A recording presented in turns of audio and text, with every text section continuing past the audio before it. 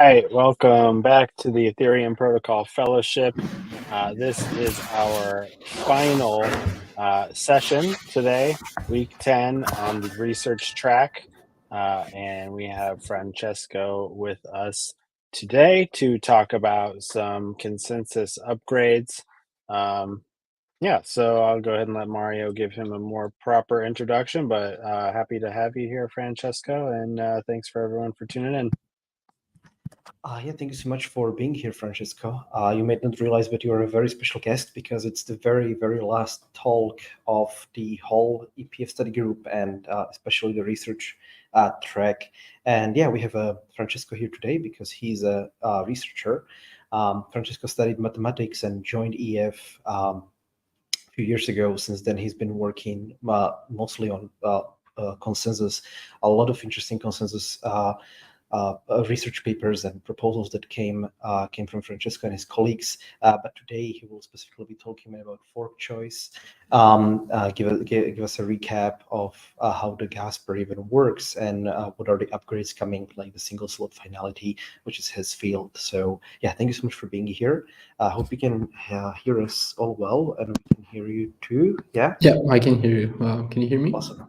Yeah, all good. So yeah, the stage is yours. You can share your slides here. So if you have any presentation, like go for it now, and we can start in a second. Yeah, let me first share a link to the slides, and then I'll just share screen.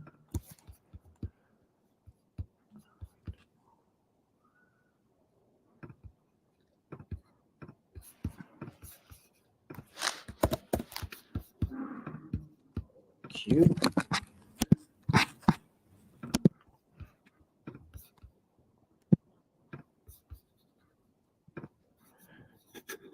Okay, do you see the presentation screen? Yes, we got it here.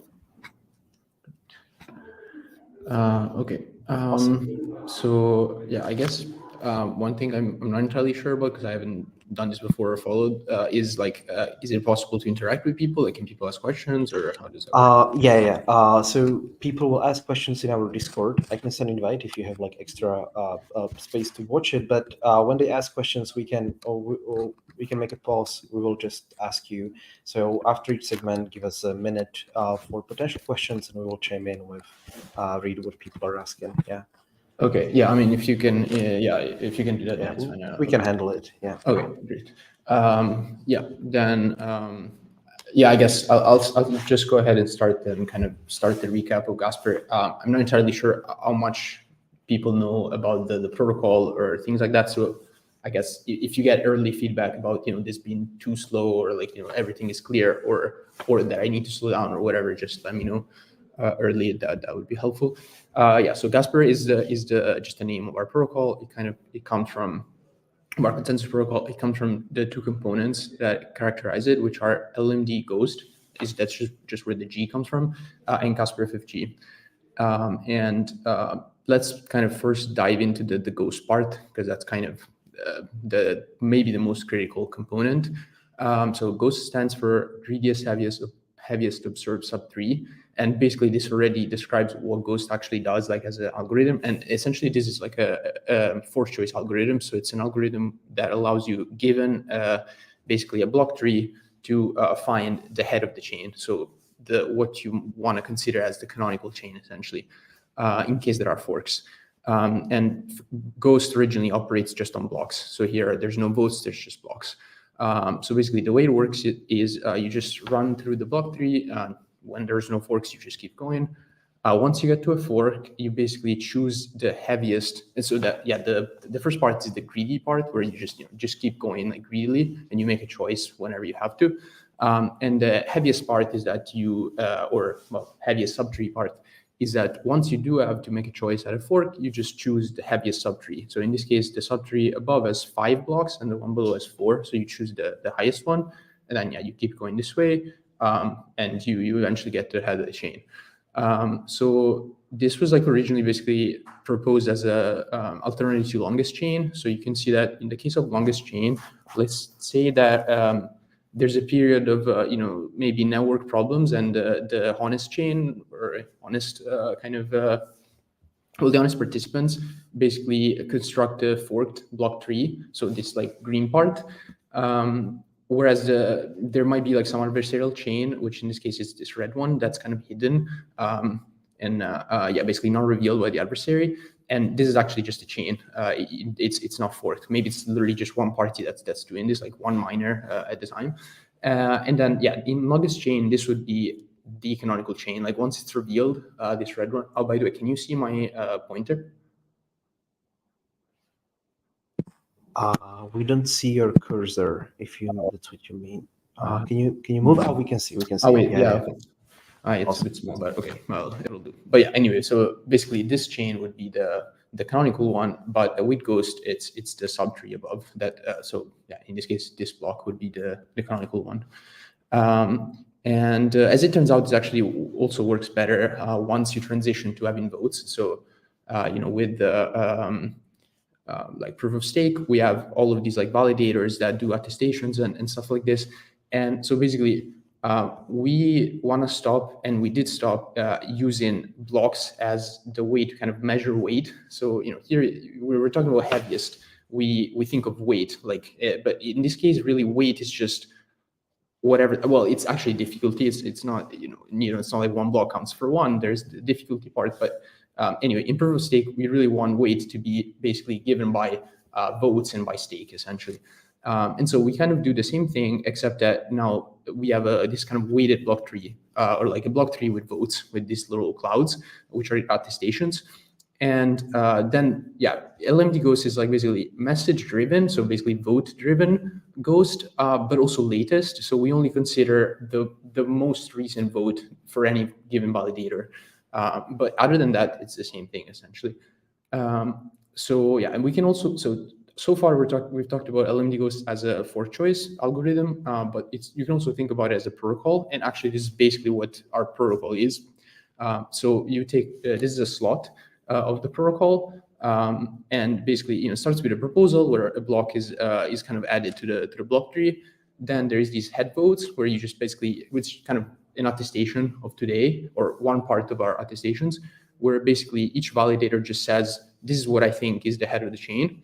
And that's it, then another proposal, and it keeps going like this. And basically, this is what our slots look like, except that we also have attestation aggregation that kind of complicates things. And so we actually have 3 phases instead of 2, but it's sort of irrelevant here. So yeah, basically it looks like this. Like, block is proposed, people vote on it and move on. And they kind of, you know, these people that vote on it, they try to kind of give weight to it and make sure that it stays then in the chain, to kind of impose their view of the chain. So that's R-LMD Ghost.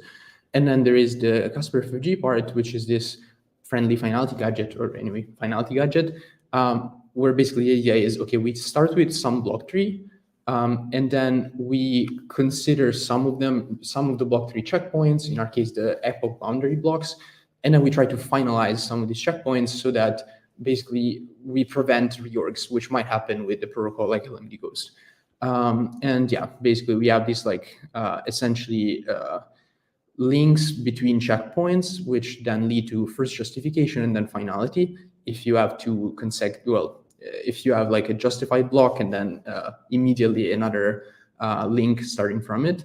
I'm not going to go into details of this, but yeah, basically this, you can think of it as just any kind of PBFT style protocol, any kind of, you know, quorum based protocols that really tries to have this like hard finality guarantees. We just lay it on top of our underlying kind of fork choice like R-LMD Ghost, and basically try to get the benefits of finality on top of whatever our underlying protocol is. And yeah, that's basically what Ethereum looks like today. We have like a bunch of slots, 32 of them form an epoch. And for each slot, we elect a committee, which is like kind of pseudo randomly chosen from our validator set. And basically each slot looks like R-LMD Ghost, more or less. But then on the level of epochs, we have a Casper FFG operating, trying to finalize stuff. So this is like kind of 2 layers that we have. And yeah, basically at the layer of epochs, it kind of looks like this. But in each slot, it looks like R-LMD Ghost. One way to think about it kind of formally is this model of an ebb and flow protocol, where basically we think about it as having kind of operating in two modes. Basically, we both worry about the network being partially synchronous, meaning we kind of want to worry about periods of time where the network might not be synchronous, but we also want to look at what happens once it does become synchronous. And so this is kind of the standard model for like PBFT kind of protocols. Basically, the other thing that we care about that's sort of non-standard is that we want to look at what happens if participation is dynamic. So basically, if like validators are kind of coming and going, sometimes they go offline. Maybe there's like a major, unpredictable event where like half of the validators go offline, whereas in which case like a normal BFT protocol with finality, like Casper, basically by itself would stop functioning because you wouldn't be able to form these like 2/3 quorums. So this part, because we look at this participation model, we basically want to have this property called dynamic availability, which is essentially that the available chain, in our case R-LMD ghost, this like thing that kind of goes on by itself before we get to finality, we want it to be safe and live, like basically to work as long as the network is synchronous and even if we have a dynamic participation. Kind of ignore exactly these things. It doesn't really matter. Other than that, we want basically finality, which is like we do want as long as the network becomes synchronous and we have high participation, we can finalize. So the finalized chain is basically live, and of course the finalized chain should also be safe, but that's kind of by default almost. So that's an easy part. We want. Basically, we have these two chains, the finalized chain and the non-finalized chain. We don't want them to be completely, to have nothing to do with each other. We want them to be, to have this like prefix property where basically the finalized chain is like a prefix of the whole chain. So in our case, the finalized block is always, or like if you look at the tip of the Ethereum chain, finalized blocks are always behind it somewhere. They're not like randomly different blocks that have nothing to do with them. To ensure this property of prefix, we basically have to somehow mesh together these two protocols like R-LMD Ghost and Casper FFG. In our case, we do it with this hybrid fork choice, where basically instead of saying just run R-LMD Ghost, we say run R-LMD Ghost from the latest justified checkpoint. Roughly, that's not exactly how it goes. There's some details, but yeah, at a high level, this is kind of the important thing. So basically, here you can see there's like some epoch, some things are going on, some, blocks are being voted on. The next epoch, same thing. This block has been justified and this block has been finalized. Like basically there's this supermajority link, which makes this block justified, then another link from here to here, which makes this finalized and this justified. So this is at the level of Casper FFG. And now this is the latest justified. It's like the block of highest epoch, which is justified. And we start our fork choice from that. And then from here, we run R-LMD Ghost. So we basically run R-LMD Ghost on this kind of circled block 3.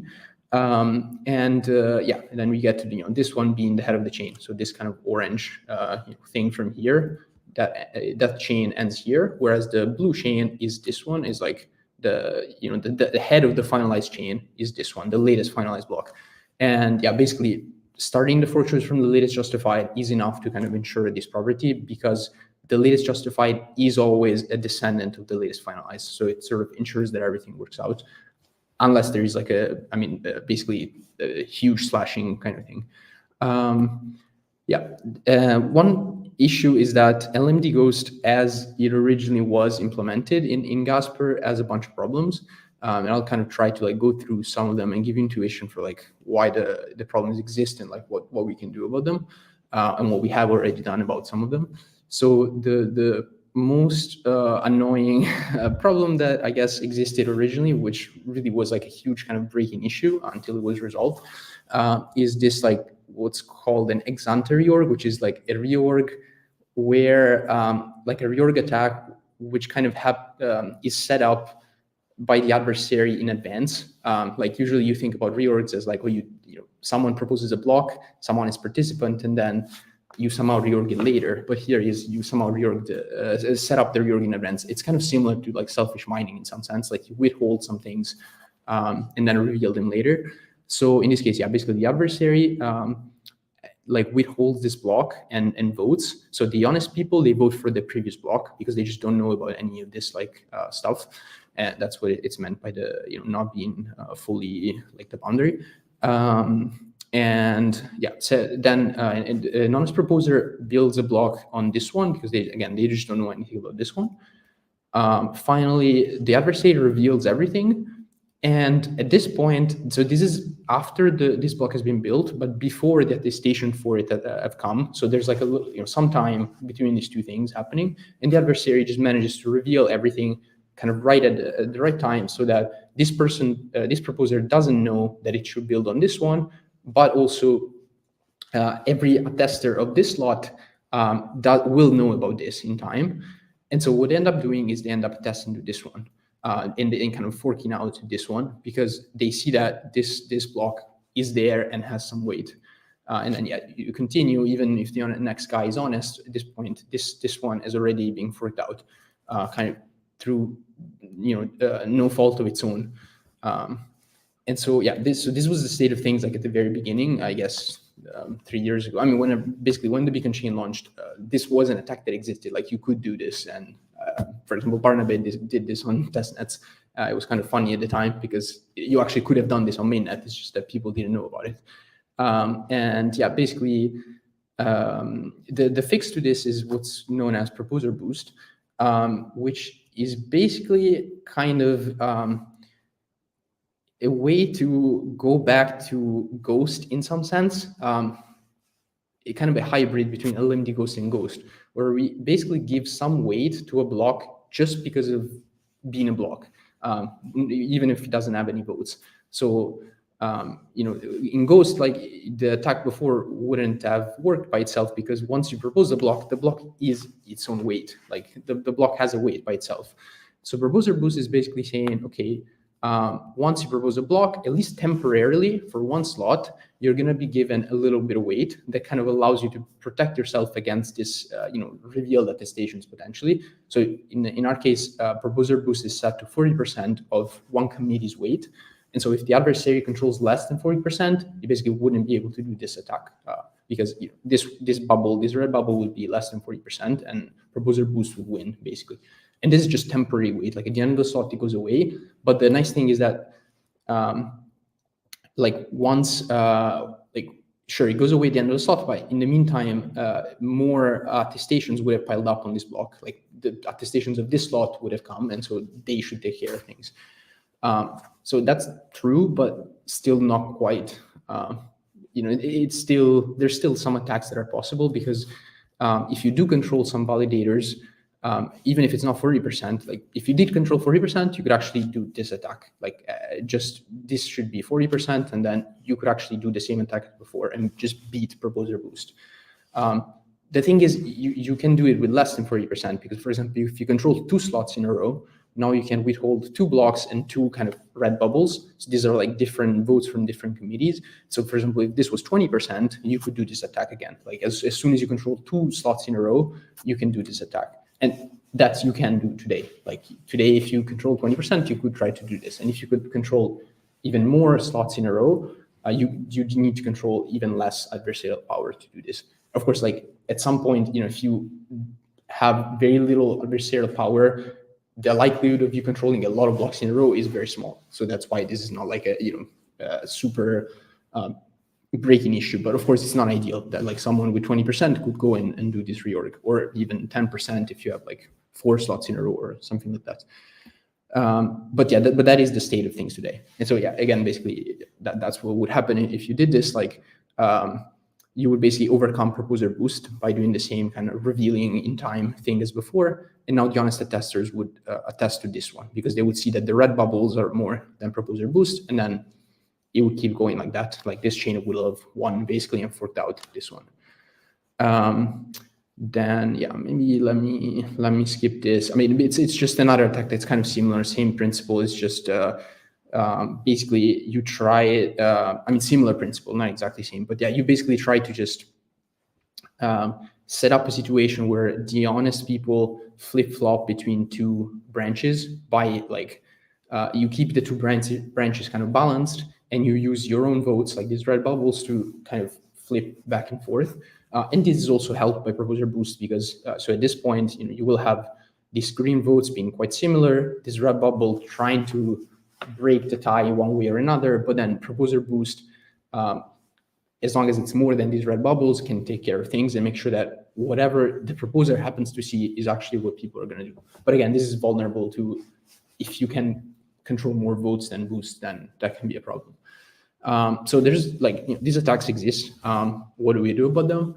And I mean, of course, ideally you wouldn't want to just come up with some kind of patch, but you would want a protocol that is theoretically secure, in particular like an available chain. Then there's the whole finality stuff, but and I mean that part like works in our protocol, but you would want basically to fix this available chain so that it's really theoretically secure, possibly like in an optimal way, so that you just can prove that it doesn't have any of these attacks. And yeah, basically the first thing is trying to improve on proposer boost. So there's this idea that's called view merge, which I think of it more at this point as like kind of a tool to think easily of better protocols in some way. It's not necessarily something that we should for sure put in the protocol at some point, but I think it's helpful to use it as a way to think of what is possible. Kind of, it's like an easy way to say well, if it doesn't work with this, then it's probably not going to work, basically. So yeah, basically the idea is to make the slot or like introduce a new phase in the slot where validators basically freeze their view, meaning they are going to buffer new attestations then come in after that point, and then they only consider them when voting in the next slot if the proposer says so. If the proposer tells them like, hey, I know about this attestation, if you have it in your buffer, please consider it. And the point of this is basically a lot of these attacks revolve on trying to sneak in attestations that the proposer doesn't see, but other people do. And here, basically, people give the proposer a bit of advantage. So they freeze their view before the proposer does, so that anything that kind of comes around the proposal deadline, people will have it in their buffer, not in their view, because basically they would already have frozen their view in advance. And yeah, to try to make it a bit clearer, basically, let's say that I'm a validator at the view freezing time, so just before delta before the proposal. I have this view, which is just all the attestation votes that I know. You keep gossiping things around, so things that you receive, hopefully the proposer also receives, like delta later. And so the proposer should know more than the attester, should have like a bigger view than the attesters. And now the proposer is going to make a proposal based on this view. So the view, it's what informs its fork choice. It's going to tell it what the head of the chain is, and it should inform where B is built on. And then basically the proposer also sends its view alongside B when it proposes B. So it just basically sends some kind of like digest of which messages am I taking into account when doing this. And then this validator does this merge thing, which is it takes its frozen view and it merges it with the proposer's view and obtains a new view. And now, because the proposer's view is a superset of its frozen view, it's just basically going to agree with the proposer on what basically which messages to consider. And so yeah, this basically improves this problem, because what we can now ensure is that no matter what the adversary does, essentially, like no matter how powerful the adversary is, all the honest attesters, so here this green bubble, will attest to an honest proposal. So here there's some things going on, some balancing, some sway votes, these red bubbles that are trying to like confuse things. It doesn't matter, because all the honest attesters see the same block tree as the proposer due to view merge, and so they all attest to it. And so all the honest votes, they do go where they're supposed to go, which is to the honest proposal. And this is regardless of how powerful the adversary is. But this is still not the whole story. Even if we could, implement this view merge thing, because ex-ante reorgs are still possible if you control enough. Like, yes, no matter how powerful the adversary is, these people will vote for this honest proposal. The issue is still afterwards, the adversary can reveal more votes and go back to the other chain. So in this case, like, there's this green bubble here, but there's basically three red bubbles here. So the adversary controls a few slots in a row, and depending on how much power it has, these three red bubbles might be more powerful than the green bubble. Like if the adversary controls, I don't know, I guess 30% or something like that would be enough. Yeah, I don't know about the exact number, but yeah, it's not hard to see like how this could happen. Yeah, so basically exantheurgs are still possible. Now, the root cause of why they're still possible is that we have committees. So if you remember this picture of, we have RANDAO, it's like we have a validator set and we kind of split it up into committees randomly throughout an epoch. And this is the problem because, so LMD, this like latest message thing, means that for each validator, we only count at most one vote. But across committees, like, I mean, in each committee, there's different validators. So these votes and these votes are basically disjoint. It's just different validators. So these votes kind of add up. Like once you go between slots, like or across slots, weight can add up. And so these three red bubbles, they do like add up to basically 3 times as much weight as one. And this is essentially what allows the adversary to kind of save up and overpower the honest votes, because the honest people in this case have only one bubble. And basically, yeah, the simple solution is do away with committees, just stop using committees. But what does that mean in practice is everyone should be voting every slot. Like every validator in Ethereum needs to be voting every slot so that there's no possibility of accumulating. Like this green bubble would mean all of the honest validators that exist like in Ethereum, not just this one committee. Of course, it's simple in quotes because that's not actually simple, given how many validators we have, at least in theory, kind of. And yeah, so, but for now, let's just pretend that, there's this VIP that's actually getting into Electra, which is MaxCB. And that's basically, the idea there is to allow validators to consolidate their stake. So you can have, validator that has like 2,000 ETH of stake or something like that, and to actually contract the validator set. So that maybe eventually we can get to having everyone vote at once, which is kind of the key thing here. And yeah, assuming that we have done that, somehow we have like resolved this problem, done away with committees, can we finally have a provably secure available chain? And it turns out that we can. So there's this protocol that like we've written a paper about some time ago that's called R-LMD Ghost, and it's basically like a pretty simple modification of LMD Ghost. The first thing that it does is view merge. So we had this like freeze period and this view merge thing, basically to replace proposer boost. And so again, what that does is honest proposals are voted by all honest validators. And yeah, that's basically what it does. Like no matter what's happening here, all the green people go here. Then no committees. So we've somehow gotten rid of having committees and everyone votes at once. Of course, in the paper it's easier, but in practice not. Basically what this does is if all the honest validators agree on something in one slot, like they all vote for the same thing, then this thing can never be reorged. So here, these people all vote for the green thing. Before we had this like reorg possibility where like we still go, we still go up here because we have committees. But like once we get, yeah, the picture should change, but I guess I didn't. But yeah, once we get rid of the committees, then as soon as everyone has voted here, then we'll never go away from this. Like everyone's gonna keep building on this chain.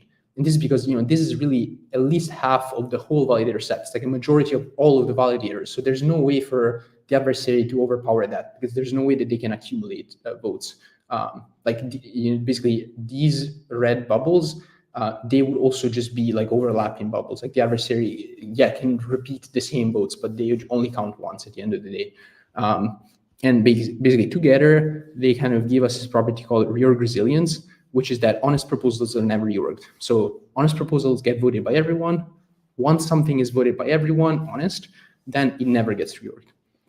And then, yeah, the other thing is maybe I'm gonna skip this. I'm just gonna tell you briefly, like the R in R-LMD Ghost stands for vote expiry, which basically is that at some point you stop counting attestations that are too old. So after some number of slots, you just stop counting their weight.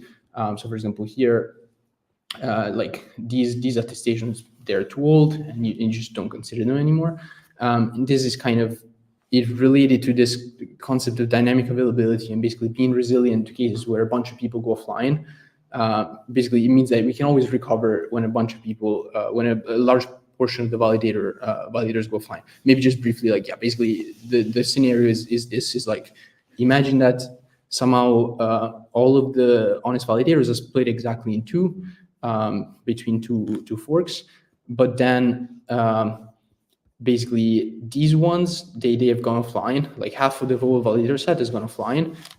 The chain continues here because there's like this little contribution from the red ones that make basically this side have more weight. So they keep voting, and the latest votes are here, but then the red votes, come back to here. Okay, somehow it like, oh, maybe I just went back. Yeah, okay. So then basically the red votes shift back to the other chain, and now we have a reorg because basically the red votes are kind of the deciding vote here between the two chains because these green bubbles are the same. And so here the red votes are kind of joining this coalition of like stale votes. Like these should be, these are very old. These people are offline. They're not voting anymore, but their votes are still there. Then everyone reorgs to here and we can have like a very long reorg. But yeah, with expiry, this wouldn't happen because eventually these votes just expire. And so that kind of caps how long this reorg can be. Like once these have expired, then the adversary can't really do anything. Like these votes are all of the ones that matter at this point, basically. And now, okay, we have basically the ingredients to have a single soft finality protocol. Like basically now we have, with all these things, we've already kind of constructed, I mean, in the paper, but yeah, here you just give you the idea, but we already constructed a basically secure available chain in the kind of model that we care about.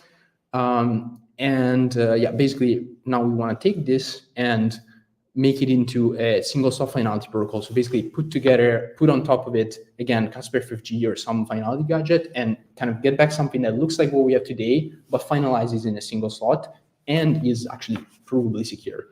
So like doesn't have all these like weird kind of attacks and edge cases. So the rough idea, let's skip this. Basically the idea of trying to make such a protocol is to, or like one kind of simple way to make sure that things work, which is basically how like I think all the protocols that are known to work in this model are built, is that basically you only try to finalize blocks which are already confirmed by the underlying available protocol. So in our case, R-LMD Ghost. So confirmed here means like the underlying available protocol has already kind of attained a certain level of security for a block. You can think of this as like K deep in longest chain, like a block that is like buried deep in the longest chain. You don't think that that's going to be reorged, like just the Bitcoin kind of confirmation rule. And you only try to finalize those things, like the ones that are confirmed, like buried deep or some other way of determining that these things shouldn't be reorged.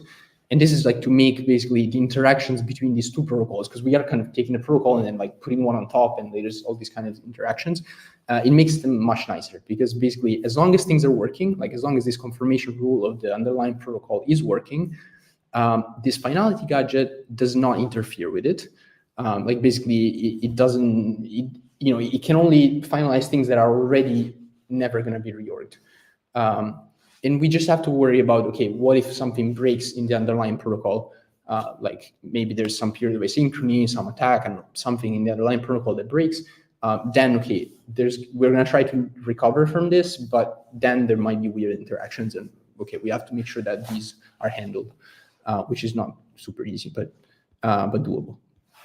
So because of this, one thing that kind of was missing in the picture before is that we didn't really have a confirmation rule, or like we did, I didn't explicitly say it, but anyway, it wasn't a fast confirmation rule. It was just, basically it was something similar to KDeep again, like the sort of like longest chain. Basically we want a fast one because we want to finalize fast, and we can only finalize after confirming. Like the pipeline is like propose a block, confirm it, finalize it, or like justify it, finalize it. And so we really want if you want single slot finality, we should be confirming in a single slot. And so we basically add another phase to our slot for fast confirmation. And what we do is basically to say, if a block has received a 2/3 quorum from the whole validator set, because remember now, like 2/3 of the whole validator set are going to be voting in every slot, then you confirm it in this phase. And basically the key thing is that once you confirm here, there's a bit more time, like another subslot, before freezing your view, like before you stop considering new things. And so if someone honest confirms here, they then send this quorum here, and everyone will take it into account in their frozen view. So yeah, basically, again, this is the same picture as before. We have like, this is the view merge part, but somehow we get to here, and everyone votes. So this validator is going to send this attestation for block B. A bunch of other people are doing the same thing. They're all voting for B. Like, for example, if this is an honest slot and this view merge pipeline works and everyone votes for B, and if quorum forms, so now we're like at fast confirmation time, every validator or honest validator is going to see this quorum for B, and then they send it over. And by the time that people are freezing their view in the next slot, these frozen views, they all contain this quorum. And basically, this is what enables the confirmation rule to work, like to actually, be like, we want to basically be able to say, if anyone confirms, anyone honest, then this block is not going to be reorged. Like, it's actually confirmed in a meaningful sense. Basically, safety for the confirmation rule. And basically, we do have such guarantees as long as we have network synchrony, which is always necessary for, unless you finalize, and an honest majority. And same thing, we need an honest majority unless once you finalize, then okay, it's fine. You have stronger guarantees. So the idea is basically, again, if an honest validator fast confirms B, then everyone else, every honest validator sees the quorum before freezing its view. And what this gives us is basically, so let's look at basically what the picture would look like then. Okay, let's say that this B is the thing that's been fast confirmed. So everyone sees this like greater than 2/3 votes for B. And then possibly some people that are in this quorum, because this quorum might not be all honest people, it might also be malicious people. They might have equivocated, so they might have voted for something else as well. In which case, the way it works in our protocol is that you basically take away that weight. Like if you know that a vote is an equivocation, you just don't count its weight. So in this case, this thing would have at least 2/3 minus E, like the equivocations. Any other contender, like there could be a bunch of them, but anyway, at this point we're evaluating this block and all the weight on it against any other sub-3, basically any other like sibling that's competing with it. And no matter what, it's gonna have less than 1/3. It's basically the remaining votes are less than 1/3, and then equivocations wouldn't matter because you don't count them anyway. And so as long as E is less than 1/3, then we're good. Like then the leftover non-equivocating votes here are gonna beat any other contender. And so basically that means that everyone that sees such a thing is gonna, in its frozen view, see that B is supported by enough votes to win, basically, to be canonical. And so in the next slot, it's going to vote for it. And then, as we already kind of talked about before, if everyone in the next slot votes on B, or like the sub-3 of B, it could be that there's a proposal here and then everyone votes for that proposal. But anyway, it's for the sub-3 of B, then it's never going to get reorged, basically, as long as that it's an honest majority. Like if these are more than half the whole validator set, they all vote for B, then it's fine, basically. So that's why the fast confirmation sort of works. I don't know why this slide is here. But yeah, basically this was our R-LMD ghost, the structure of our R-LMD ghost. Then we've added fast confirmation. And then now we add some things that are kind of specific to Casper FFG to actually turn this into a finalizing protocol. So that's kind of the last step. So here we just have head votes. So, today attestations contain a head vote, which just says, what you think is the head of the chain. But then they also contain a Casper FFG vote. Here you just have a head vote. So same as our R-LMD ghost, where there's no finality. Then here instead, we have fast confirmation and then an FFG vote. So first head vote, then FFG vote. Then we freeze our view for view merge to work. And then there's this acknowledgement, which is basically another type of vote. And so what it looks like at the end of the day is basically Okay, I guess let's go through this first. Yeah, so the fork choice is again same as before. This hybrid fork choice. Before you start from the latest justified, then you run R-LMD ghost. FFG votes are defined in this way, kind of similar to today. Like the latest justified is the source of the vote, and then the target block. Like so, you want to have this link that it goes from latest justified, which is the thing that you're trying to finalize potentially, to some target. And again, basically the target is something that is potentially going to become justified, is the thing that you're trying to justify. And so you want this to be confirmed, so that, if anything gets into this like justification finalization pipeline and starts affecting the fork choice. So, here we start from the latest justified. So we want to make sure that the latest justified is kind of something strong that already has like strong security guarantees. And so you start from the highest confirmed block, like basically the best block that that is confirmed. Okay, the highest confirmed block descending from justified, because so that it kind of fits with this fork choice rule. And and basically then acknowledgement is just you saying, oh, if something got justified here, I know about it. Like if something got justified, you just acknowledge that you know about that. And basically it's essentially the same as if in the next slot you were to make an FFG vote that has this block as the source. This is a bit confusing if you haven't thought too much about Casper FFG, but you can think about this as basically, this is just 2 rounds of voting, the usual like 2 rounds of voting that you need to finalize in like PBFT and Casper FFG, in all these protocols. So this is just a second round of voting, basically. So basically what the pipeline looks like is like, okay, block is proposed, it's gossiped, people vote on it as a head vote. So they say, oh, this is my head of the chain. Then people basically, maybe a quorum forms, at which point here it gets confirmed. Like people see a quorum, they confirm it. And if they confirm it, they can cast an FFG vote with it as the target, which is basically trying to justify it. Now, if a bunch of people do this, a quorum forms of FFG votes, it gets justified. Like by here, everyone knows that it is justified. They all acknowledge it. They all like freeze, their view with knowledge of it being justified, and they send this like new vote, and it gets finalized. So by the end of the slot, we've gone through all the kind of phases like confirmation, justification, finalization that are necessary. And yeah, so that's single slot finality basically. And in an honest slot, it would really look exactly like this. Like we cannot guarantee that this is what it's going to look like for every slot, but for honest slots under synchrony and so on, then it is going to look like this. Basically, an honest proposer is going to make a timely proposal B, and we can guarantee through view merge that everyone casts a head vote for B, and is going to form a quorum. Then everyone sees this quorum, everyone confirms, fast confirms, and uses basically BT, like T being the slot. So when checkpoints are like a block and the slot. Or like, an epoch in our current protocol, but here epochs and slots are the same thing because of single slot finality. And so basically you cast this link, which like you send a vote, which is basically for the link latest justified to BT. And everyone has the same latest justified again because of view merge. Like the proposer can kind of help everyone to see the same latest justified.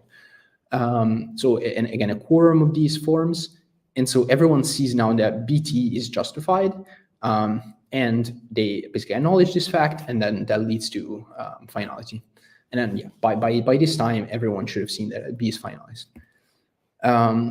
This is just like a little aside. If you're interested in these things, something that was sort of recently, kind of a recent development here was that basically we wanted to have a chained protocol. So this protocol, everything happens in one slot, which is nice, like you finalize in one slot, but it also kind of means, it means that we have 3 rounds of voting in a slot, which is a lot, especially there's an aggregation of attestation, there's a lot of overhead involved in voting with a big validator set.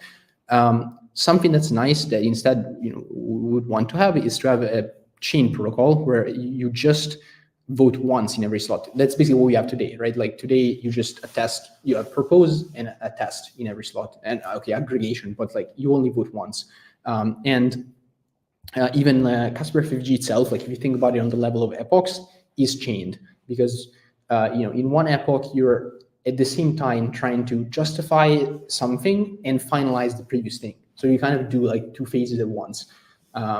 Like you don't wait for example, Tendermint is not a chain protocol. If you know about Tendermint, like Tendermint basically does, one quorum, the other quorum, finalizes the thing, and then moves on. Whereas Casper FFG basically at the same time will be trying to finalize the thing that was already justified and to justify something new. So it sort of tries to move like ahead of one step essentially, and like to do two steps at once. And so we want to kind of do the same thing here. And yeah, basically it turns out that there's some like complications in making it all work, but it turns out that it seems like with some modifications it can work. I'm not gonna go like in detail about what it looks like, but basically at the end of the day, at a high level, the way it looks like it's this. Like basically we have 3 slots here. So like this is a slot. Yeah, basically the pipeline is essentially that you propose something. Again, this is for honest proposals. It would work out like this. Everyone votes for it, and for B, and B gets confirmed. So again, like within one slot, we still have this fast confirmation thing. Basically, the only difference is that we only have a single round of voting. Basically, this is today. Like you attest, you send a head vote and an FFG vote bundled together, which do both things at once. Actually, 3 things at once. They do like head vote for the head of the chain, FFG vote, and the FFG vote does 2 things at once, because again, Casper FFG is pipelined. So the target of the FFG vote is trying to justify something, and the source of the FFG vote is trying to finalize something. So you're like at once really doing 3 votes, like 1 to confirm, 1 to justify, 1 to finalize. And so yeah, basically B would be confirmed. Once you get here, everyone would know B is confirmed. They would be using BT as their target. So this is the thing that you're trying to justify. And then getting to the next slot, you would be using BT as your source. So now you're trying to finalize it, basically. And so it goes through confirming, justifying, finalizing within 3 slots. And that's it's nicer in some ways. And like it takes some complications. And I mean, this is actually, someone is writing, Roberto from Consensus has been working on a spec for this, because we felt like, this might be like a good version of the protocol to actually try to like write down a bit more nicely. And so yeah, this is actually something that there's ongoing work on, and like maybe you can potentially get involved if you're, I don't know, masochist and you like these things. And yeah, so that's kind of it for the more, I guess, more like SSF related things, and it's just generally the more like technical things in the fork choice.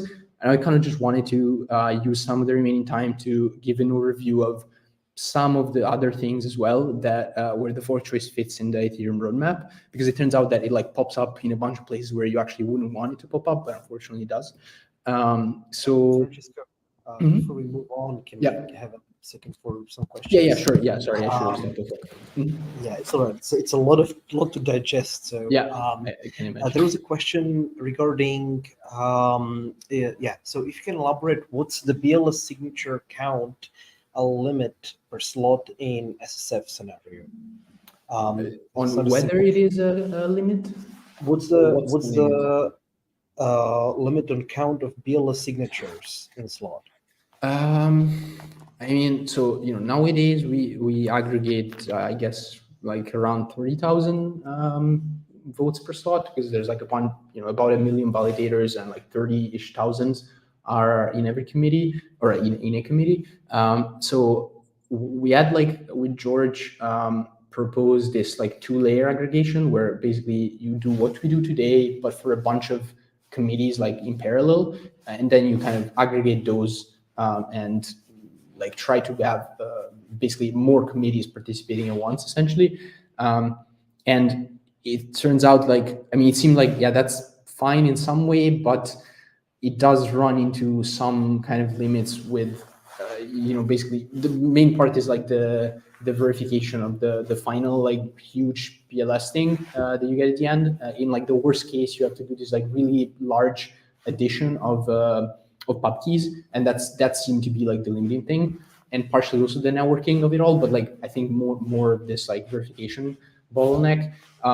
So it was something like, oh, if you had to do this for, I think, 1 million validators, George has some benchmarks for, then on some, on Raspberry Pi, it might take like 36 seconds or something. And like, it's very parallelizable, but like basically still on like better machines, it would take maybe, I don't know, like a second, 2 seconds, depending on how parallelized it is, how good the machine it is, and so on. But anyway, yeah, it was kind of borderline impractical, I would say. Like not completely, out of the realm of like things that you could possibly do, but like still not quite something that you probably want to do today. So yeah, I hope that sort of answers your questions. Yeah, thank you so much. So another question was regarding the slide 35, all the way back in. I don't know how to see the numbers. Oh, okay, I can see the numbers. Yeah. So regarding the view merge, what happens if proposer is dishonest? If the proposer is what? Dishonest. Nothing really. Basically, the nice thing about it is that they cannot prevent. So maybe let's go here. If someone honest votes, their vote will get to everyone before they freeze. So all of the honest votes will be in the frozen views. I mean, assuming network synchrony.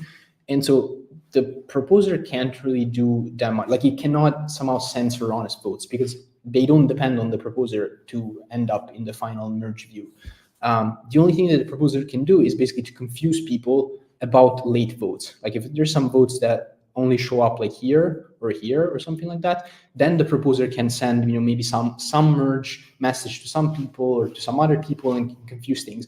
But that's what you already can do as a dishonest proposer. Like, all this like withholding and like publishing late messages, and that's stuff that you can already do. So it actually does not give you any more adversarial power, which it's sort of formalized by the fact that we've actually proved that this protocol is secure. So it turns out like, yeah, the adversary can't really do anything with that.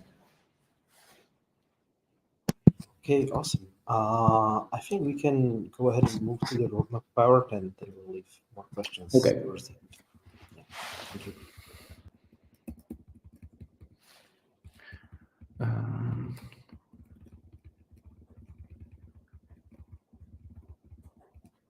Oh, okay, yeah. So kind of, I guess what we talked about so far is single cell finality. Just to recap, or fast finality. What is good about it is basically that it's, first of all, optimally secure, like provably optimally secure, or like we can hopefully get a protocol like the ones I've described, even in practice. Even these are more like papers at this point and the beginning of a spec, but still there's proofs and they get optimal security guarantees. So kind of, ideally what you like basically. So that's one thing, like not having to chase patches and fixes of this attack and that attack, and then another attack comes up and all this stuff. Then the other thing is that we have basically, just obviously like that's why you want fast finalities. Like you can immediately have really good guarantees. Like if you're transacting a lot of money, well, once finality happens, you're pretty sure that it's not going to be reverted. For example, like exchanges can do deposits fast. You get better bridging, basically for the same reasons, and you get better L2 interoperability. And also that's kind of the same reason as better bridging, basically. Like quickly, an L2, once some transaction is finalized and maybe there's a proof for it, if you have like fast validity proofs, then another L2 can already kind of talk to the, do asynchronous calls and things like that quickly. Then, yeah, the other two items where it shows up, it shows up in a bunch of places, but two like things that maybe people are familiar with is EPPS, and then another one is DIS, data availability sampling. So first, before we get into some of these things, let's talk about some kind of for choice variant that turns out to be like quite useful for a bunch of these things. And yeah, this is called block slot for choice. The idea is basically to allow people to vote against blocks. Like so far, you can kind of just vote for blocks. You can't really say, oh, I don't want this block to become canonical. And here you sort of can. Or like you can think about it as voting for empty slots, for an empty slot. So basically the status quo is, maybe you have block A, block B is proposed, but imagine that block B is late. Like today, attestation deadline is 4 seconds. Maybe this comes at 5 or, it comes at 3.9 or something. Only a few people see it, and these people attest to it, but most people attest to A, the parent of B. And so today, sure, that happens, but then still, like, B has some weight. This weight, it's to the parent of B, so it still contributes to B. And in theory, there's like a caveat that proposer boost is also used for reorgs, but okay, let's like leave that aside. Basically, B would still be the head of the chain at this point. Instead, with block slot, basically what would happen is that instead of having this block tree, we have a block slot tree. So we have, instead of A, we have A at slot T. And then there would be like an A at slot T plus 1. And I'm putting in kind of blue the ones that are past their slot. So here, basically this is kind of saying this slot is empty. It's saying, oh, A existed at slot T, and then, well, nothing was, timely extending A at this slot. So we kind of put this like placeholder A T plus 1 saying, the way you should extend A at slot T plus 1 is with nothing, with an empty slot. And so in this case, it would be, the same, like a few people vote for B T plus 1, a non-empty block or non-empty block slot. But a lot of people vote for this empty one. And actually the empty one would win. Like basically putting this in the block tree so that these votes don't go to the parent, but they go to this, means that actually this empty thing can beat this one. And so if this isn't timely, it's going to get, I don't want to say reorged, it's just never going to become canonical. Like people basically vote on the empty block or slot, and and they basically prevent this thing from becoming canonical. Like a kind of bigger example, like maybe this one is timely, so this does exist, but it doesn't get any votes. Everyone votes for this one. Then maybe this slot is empty, and everyone, like, just here maybe the proposer just doesn't show up. There's no contender. Everyone votes for this slot to be empty. There's also this one, but no one votes for it. Again, there's also this one, but no one votes for it. But finally, in the last slot, we have this kind of case of this block being, this new block being late. So no one votes for it because it's late. Everyone votes for yet another empty B slot. So in this case, BT plus 3, and then this becomes canonical. So now we have like two blocks, two empty blocks, kind of extending the chain. And this, this is the canonical chain, like culminating in this empty block. And yeah, basically, this is what it would have looked like with today's fourth choice. Like A comes, B comes, everything is fine. You're a miss slot, people vote for B.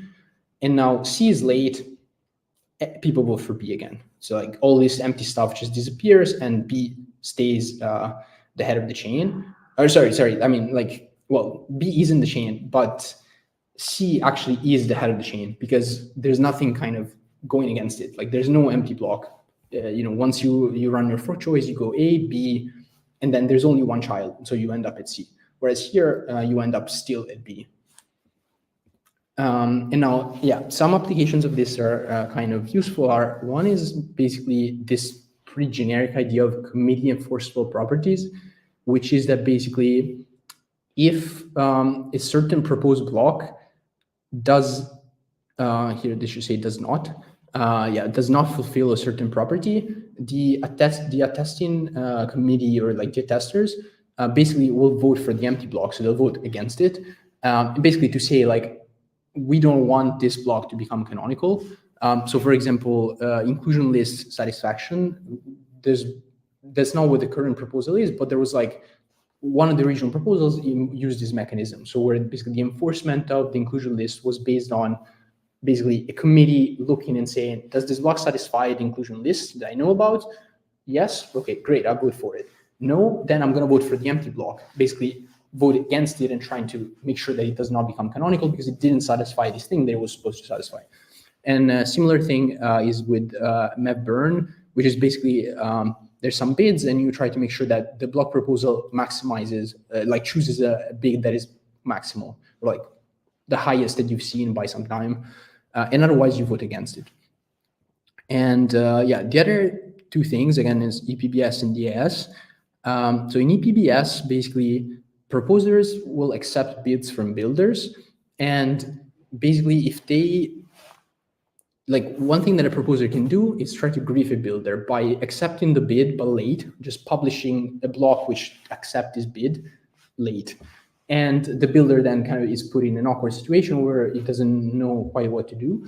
And so block slot basically enforces timeliness, makes sure that if you don't publish it early enough, like by that attestation deadline, then you don't get attestations for your block, and then it's not going to win. Like it's going to be basically orphaned, and so it kind of gives some safety to this mechanism. And yeah, the TAS4 choice. The idea here is that if a block is unavailable, so I mean we can set up things in such a way that through sampling that most honest validators, even if none of them is downloading all of the data they're sampling, but most of them will see that the block is not available. There may be like a small percentage of them that doesn't, but most of them will vote against it, basically for the empty block.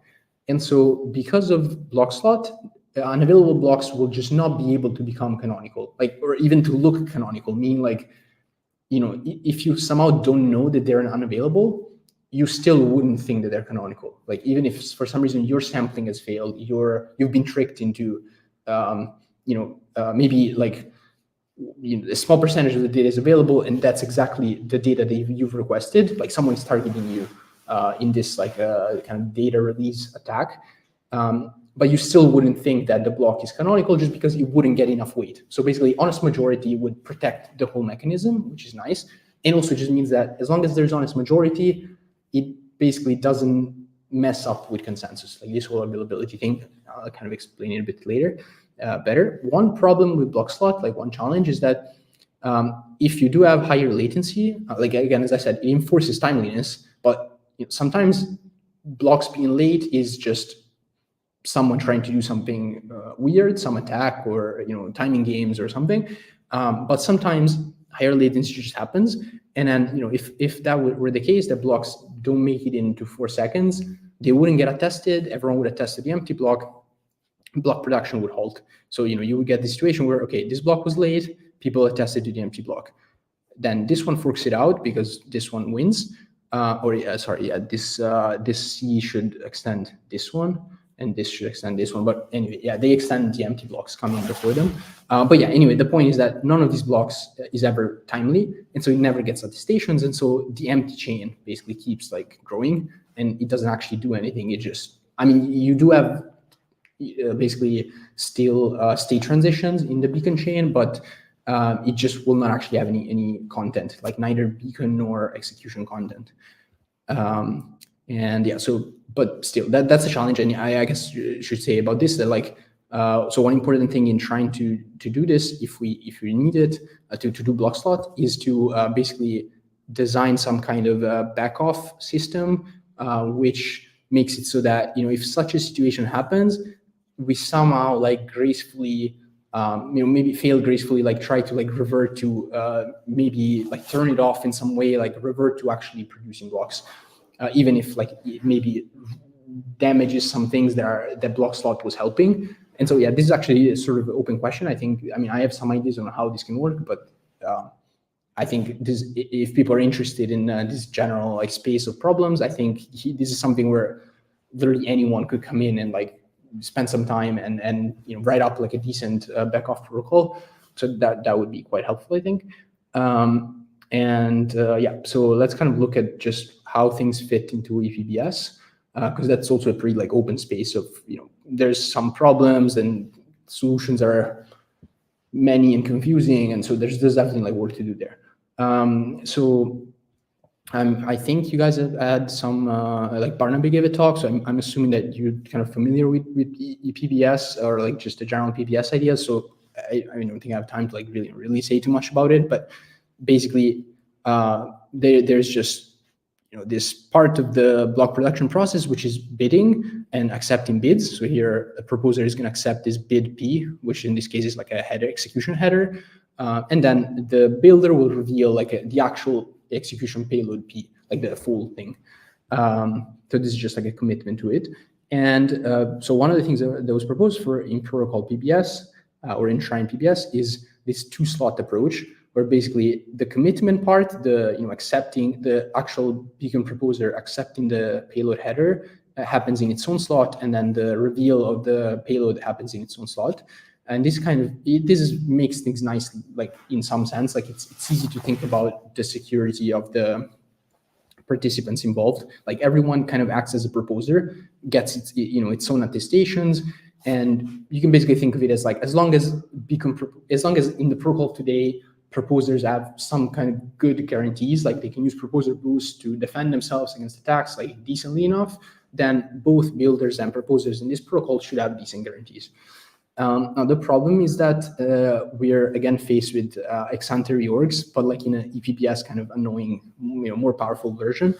We're basically, so ex-ante reorgs, again, remember it's something like this, where you withhold blocks and votes, and then you reveal them to try to reorg, in this case to like beat proposer boost and create a reorg. And this really relies on this like accumulation of voting power. Now the ePPS version of this is just same thing, but now these like two, before they had to be 2 actual slots, 2 actual blocks. Here it's going to be like this kind of, beacon slot and execution slot. And the thing about it is that it basically means that the adversarial power is doubled. Like as soon as I control one slot, I also kind of control the next one. I can like choose myself as the builder, or I can collude with a builder or something like that. And so now I control 2 slots and two like red committees, basically. And so I can immediately have as much power as 2, if I control 2 proposers, and if I control 2 of them, now I have as much power as 4, and this kind of thing. So that's the rough idea of like why it basically makes like all of these attacks quite worse. So that's not ideal. And there's like another kind of proposed version, which is actually 1 slot, and where you introduce this like other kind of committee that's called payload timeliness committee, which is still voting, but it's really voting on kind of like a yes or no question of just, was the payload that was committed here timely, was it not timely? And yeah, that is, I don't want to go too much in detail, but there are also some question here of like, this is some problem with basically the protocol not giving super great guarantees to builders. Like they can be basically forced to reveal the payload without being sure that, or having a strong guarantee that it's going to become canonical. And there's some proposals on like maybe how to fix that, but things are not like entirely clear. POTUS is the person to talk to if you're like interested in this, and he's like worked on this more. I haven't more recently, but anyway, so this is one of the things that has kind of blocked partially ePPS, plus the fact that, I mean, there's other questions around, whether or not we actually want to do it, or which versions or things like that. But there's like basically no matter what version of it you can propose that I've ever heard, there is always some of these fortress problems involved with them, like pretty much all the same kind of space of problems. And so, basically, no matter what, I think this is something that will need to be like dealt with essentially. So the nice thing is that in R-LMD Ghost, so going back to our kind of like nice theoretically functioning protocol where everyone votes at once, there's no committees and stuff like that. So if you remember, we didn't have ex-ante reorgs in R-LMD Ghost, and the reason for that is we don't have committees. And so it's basically the same thing here. Like these, before I use this for expiry, but here is just that these are not latest messages anymore. Like these are the latest messages, these are the latest messages. And so, there's no accumulation. Again, the same thing that we had before. Like these votes represent honest votes from basically a majority of the validator set, and they cannot be beaten by these ones. Because this is not a committee, this is really like half of the validator set or more than half of the validator set. And so it fixes the problem in the same way as before. Basically, the same guarantee that as soon as an honest guy shows up, everyone votes for it, and that's enough. Like then it doesn't matter what happened in the past, basically. So it kind of it fixes like the root problem of ex-ante reorgs, even if you put it into this ePPS context. And so same thing, and then you keep going with everyone's going to keep building on that chain. And now pretty much the last thing, how basically the fourth choice affects the peer-DAS part of the roadmap, or just generally the DAS part of the roadmap.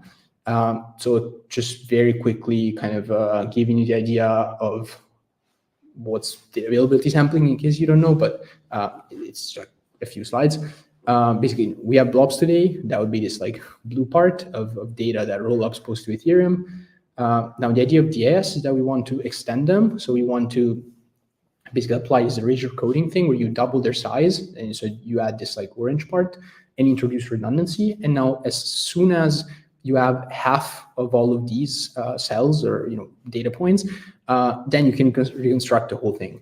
And so checking that a blob is available means just checking that 50% of it is available. And so you can basically do this kind of sampling thing of just checking a few spots randomly chosen. And yeah, basically, as long as a lot of people are doing this, you know that like you really don't need to check the whole thing to kind of convince yourself that it's available, or at least like, and most of a small amount of people that are doing this can be fooled into thinking that that something that is unavailable is available. And yeah, basically, once you look at a bunch of blobs, it looks pretty much the same way, at least in the current proposal. There's like 1D versus 2D, but like the current thinking is to start with 1D. And so basically you just stack blobs on top of each other. Each one is extended like this. And then you basically download columns. So it's the same as here. You just choose some indices, but then you basically, it's as if you just choose the same indices for every blob. And so you do sampling on every blob in the same spots. And so that's the same as just downloading a bunch of columns from this matrix. And then, yeah, basically if like half of the columns are available, then the whole thing is available. And so if you download a few columns, you can have like decent guarantees. Now, the nice thing about doing this from a Fortuitous perspective is that as long as you can do enough sampling, it doesn't have to be like all of the sampling. Maybe you want to do more later. I'm saying this because there's different ways to do sampling, and there's some ways that are more expensive. But anyway, it doesn't super much matter. But basically, as long as you can do enough, download enough columns before you vote, like at any point you ever vote for something, you really do sampling before that. We can get this really good global property, which is that at most a small percentage of honest validators can basically, well, yeah, they should say like can ever vote for unavailable data. So, yeah, okay, no, that's what it says later. Yeah, but yeah, so okay, and most a small percentage of the honest validators can see unavailable data is available. So that's just because of doing sampling, and particularly like if you do it before voting, then by voting time, then you have this property. And so because of that, if you have at least 1.5 plus delta, so delta might be like 5%, 10%, 2%, depends how much sampling you do. But yeah, basically, if you have at least 1.5 plus delta of honest validators, so maybe 55% of the validator set is honest, so it's a bit stronger than the honest majority assumption, then a majority always votes against unavailable block. And this against here is in the sense of block slot. So it's going to vote for the empty block rather than for this unavailable block. And basically, so what this amounts to is a delta weakening of the of our assumption. So instead of assuming honest majority, we have to assume honest majority plus delta, or like delta strengthening of our assumptions. And but if we do have that, then we are sure that we can never accrue a majority on an unavailable block. And once you have block slot, so by itself, this doesn't like give you so much, because even blocks that don't have a lot of votes, they're not supported by majority, they can still be canonical or like look canonical if you don't know that the block is actually unavailable.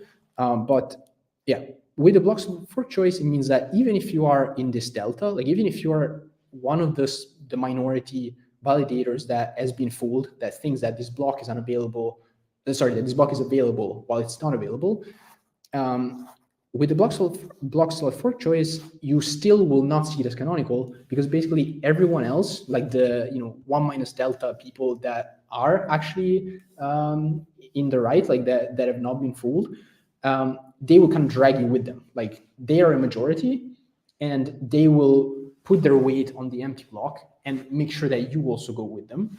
And so basically, yeah, like the forced choice ends up working as if we just didn't have DAS, because if something is unavailable, then it can never look canonical to anyone. Like you might vote for it right as it's proposed, because at that point you don't know other people. Like people haven't voted yet. You just, if it's there and it looks available to you, you vote for it. So if your sampling completes, you're going to vote for it. But then from the next slot, it's always going to look unavailable to you as long as there is an enormous majority. Like you will see that everyone voted for the empty slot, or like a majority did, like the honest people. And so you'll just go to the empty slot kind of part of the fork choice 3, and we'll just say, okay, this looks available to me, but whatever, no one is voting for it, so I'm just going to go away from it. And this actually simplifies things a lot. Like it means that all of these like weird edge cases, which I didn't get into, of like basically attacks that you can do to try to exploit this minority of people that you can convince that something is unavailable and so on, you can't actually do any of these attacks. So it really makes things much nicer. So and this is also again something, as I said before, like block slot is like has this problem of back off, but I think it has like a lot of advantages, and I think this is probably the biggest advantage. Like the ePBS thing is maybe it's nice, but also like I guess there's disagreement around, you know, what exactly we should do with ePBS or whether or not it's needed, and different people will tell you different things. I think everyone agrees that peer DAS is something that we really want to do, and I think right now it looks to me as if this block slot for choice is like a pretty important piece of it that really makes everything works nicely. So that's why it's like a higher value item to work on potentially. So again, if anyone, but it's like a pretty simple thing to think about. You don't need a lot of background, I think. So that's maybe something that, if anyone that's following is just loosely interested, we can talk about more. And I think, that's it. I know this was a lot. I tried to kind of give you just like a sprinkling of a lot of things, and you know, maybe you can like go and watch the recording for like details that I'm sure you've missed about a lot of stuff.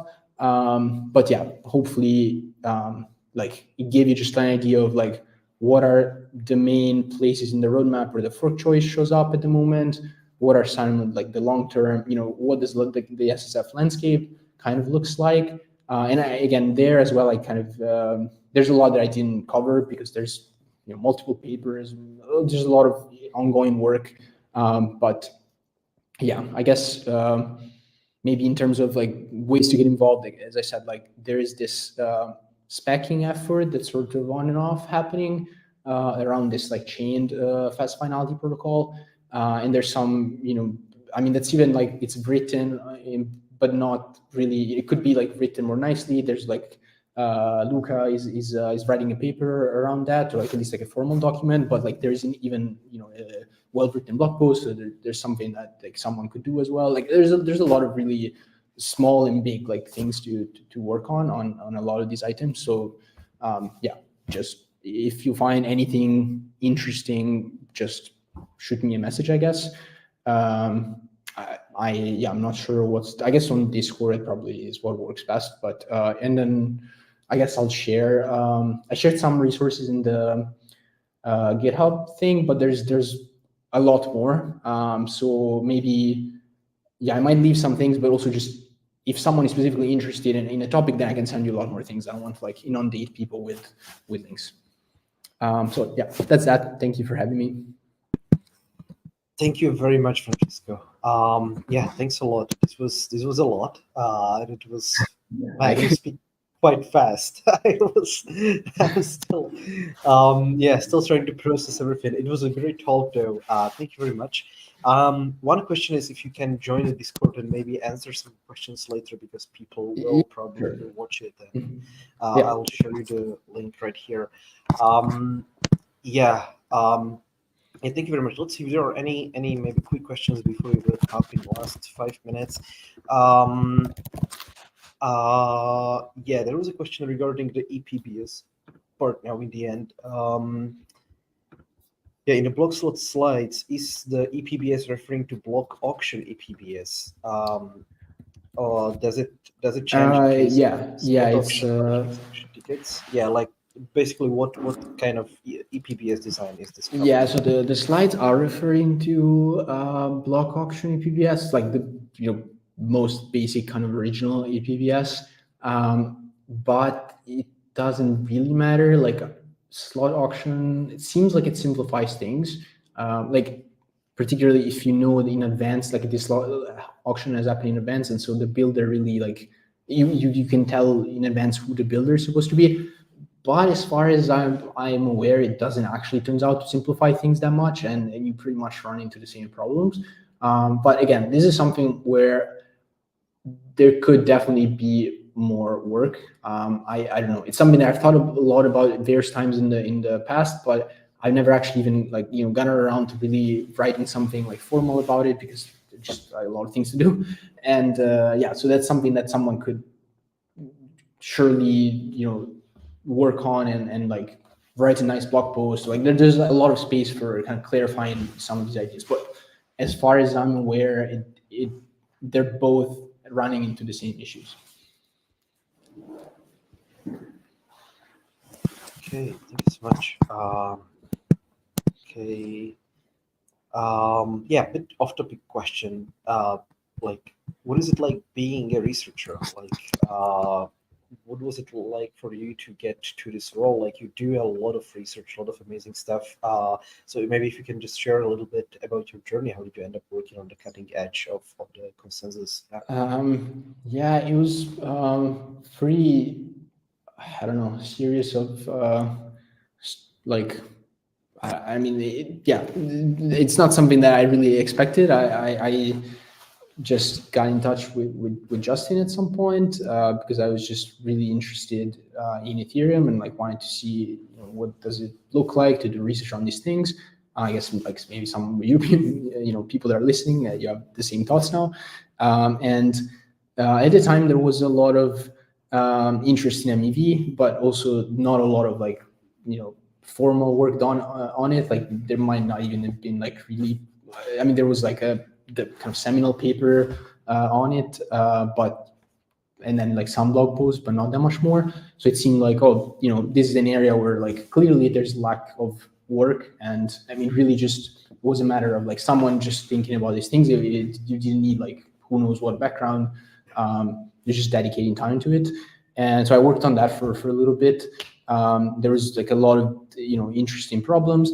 I then, in the course of working on that, it's turned out that it interacted a lot with consensus things, and also like a lot of this stuff that I showed you at the beginning around like reorgs and whatever. One colleague of mine, Casper, and Barnaby, which I guess you guys should know from the presentation, or like just generally, they were working on, because a lot of these issues were like very relevant at the time. Like all these reorg things were real, like they could happen in the protocol, and so I kind of got involved with that as well. I started, like combining the two things, and yeah, basically some this stuff around like committee enforceable properties that shows up in MapBurn. Like that's some of the things that I was working on like early, and I kind of just realized that this Fortress stuff is really a mess. There's like clearly a need for people to spend again time on it. There is like kind of lack of resources, and yeah, so it just seemed like, well, let's jump into this thing where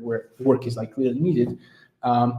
So I guess that's been like a lot of time to my principle, just try to figure out, like, I'm not always trying to do something that I have like who knows what kind of background for, because a lot of times it's not really that necessary. You just have to like get dig deep into something and like read up as much as you can on it and figure out where the problems are. And a lot of these problems, I mean, this is not like rocket science. It's just you sit down and like write these stupid diagrams that I shown you, and like eventually figure out something. And so it turns out that a lot of times just looking at where is the need for problem solving is more important than maybe looking at like what's my background, or at least that's kind of how it's been for me.